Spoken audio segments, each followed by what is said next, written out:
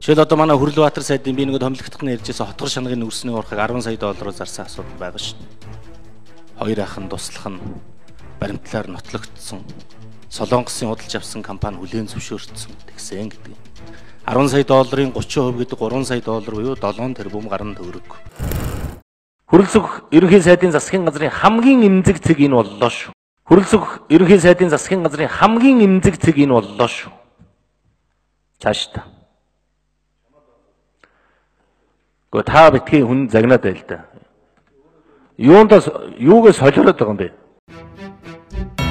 За энэ бол хөрөлсөхийн засгийн газар бүрдэж байх үед хэлсэн үг. Яагаад гэвэл уул уурхайн компанитай тэр мөртөө уул уурхайн лицензээ гадаадын компанид зараад 10 сая доллар харамайлгсан үнийг сайдаар тавилаа. Ийм ашиг сонирхлын зөрчилтэй үнэтэй мэдэхгүй гэсэн санааг хэлсэн хэрэг байлаа шүү дээ. Үнэхээр ч тийм болж таарлаа. Уул уурхайн компанийн луур илчлэгдэж олонний дургуутслыг хүргэж эхэлсэн тул манер уул уурхаа руу биш зам тээвэр барилга байшин дэд бүтц рүү гараа шургуулж эхэлсэн баримт манад ирлээ. Яг энэ тухай манай хөтөлбөр бүтэн сарын өмнө замын үүд гашуун сухатын бомбын байгууламж дэд бүтцийн барилгын угсралтын ажлын тендерт мань сангийн сайд Чемдийн Хүрлбаатарын гар хөл орчихсон явж байна шүү. Бүр хамаагүй 4-р жагсан Зоммей Engineering Group Limited хэмээх компаниг сангийн сайдын талынхан ялуулахаар лоббидж байгаа юм байна шүү. Үүнийг болиулаач хэмээн нэр зохон дуурсан байдаг. Гэвч сангийн сайд ухарсангүй түүний хамаарлууд тендерийг өөрийнх нь талд батлуулж чаджээ. Учрыг ахин тайлбарлая. Энэхүү тендерт хятадын 8 компани оролцсон байдаг. Хуулийнхаа дагуу тендерт оролцож байгаа компаниудын санхүүгийн цогц чадвар, дансанд байх бэлэн мөнгөний хэмжээ болон зээлжих зэрэглэлийн шаардлага, зарлагдаж буй тендерийн ажилдаа ижил төрлийн үйл ажиллагаа явуулж байсан туршлага зэргийг харгалзан үзэх ёстой байдаг юм байна. Өнөөдөр ялцгаад байгаа Зоммей Engineering хэмээх компанийн тендерт боловсруулан ирүүлсэн материалаараа тус тендерийн 4-р жагсан байсан бөгөөд яг энэ үед гэнт нэгэн этгээд гарч ирээд 4-р жагсан мөнөөхөн Зоммей Engineering компаниг лоббидж тайван амгалан бай та бүхэн намайг байхад санаа зовох юмгүй. Сангийн яамны тендер миний гарт энэ тендерт би та бүхнийг ялуул нэмэн томорч эхэлсэн гэдэг. Энэ хүн бол сангийн сайд Хүрлбаатарын хамаатан Болор Эрдэнэгийн хүн юм гэн. Тэрээр 2017 засгийн газрын тогтоолоор сангийн яамны дэргэд байгуулагдсан хөгжлийн хөтөч дэд бүтэц төслийн байгууллагад зохицуулагчаар орсон хүн ажээ. Сангийн яамны дэргэд байгуулагдсан хөгжлийн хөтөч дэд бүтэц хэмээх төслийн байгууллагад сангийн сайдын хамаарал бүхий этгээд томилогдоод орчихсон байна гэж бодоод нэг үз. Энэ төслийн байгууллага нь замгүйр инженерийн шугамшуулжээ. Бомбын барилга байгууламж дэд бүтэц гэх мэт дандаа тэрбумаар нь төсөвлөгддөг том авраг ажлуудыг барьж авдаг газар ажээ. Тийм газрын энэ мэд төслийг зохицуулдаг хүн тэгж ам гарахаас ч яах вэ? Тэр тусмаа сангийн сайдтай хамаарал бүхий хүн юм хойно. За ингээд өнөөдөр эцсийн нүндээ тэр 8 компаниас Зоммей Engineering Group Limited хэмээх компани шалгарчээ. Шалгарсан ч юу яг шалгаруулсан л байна л да. Яг сарын өмнө бид энэ тухайд урдж сангийн сайдын хамааралгүй этгээдийн лоббидэн дэмжиж буй компани тендер шалгарч бай дээ. Ерөнхий сайдаа тэр компани бүр 4-р байранд орж хасагдсан компани шүү хэмээн анхааруулсаар байтал мань Болор Эрдэнэний амлалт ёсороо болж 4-р байранд орж хасагдсан компани дээшээ огцом цойлон 1-р байранд орсноор өнөөдөр замын үүд гашуун сухатын бомбын барилга байгууламж дэд бүтцийн угсралтын ажлын нээлт болж Зоммей Engineering компани тухайн барилга угсралтын ажлыг гүйцэтгэхээр боллоо. Тэрхүү нээлтийн ажлыг сангийн сайд Чемдийн Хүрлбаатар маш их онцгойлон үзэж өөрийнхөө Facebook-уусын ковер зургийг үртэл тус төслийн зургаар соёлон гангарсан байна. Үгээр үзвэл мань хүн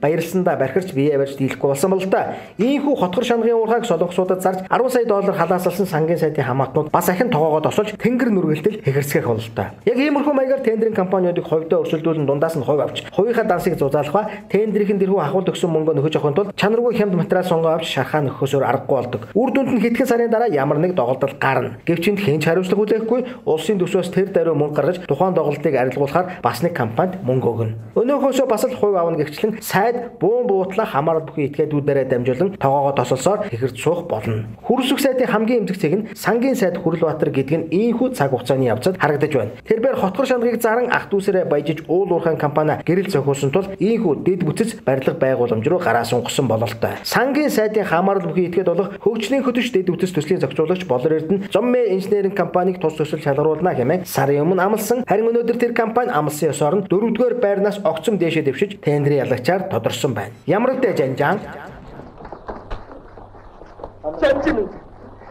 Жанжим ямар үдэ? Тусгай ачиг мачиг авдаг зүйл намайг та нэг юм хэлнэ байгаа.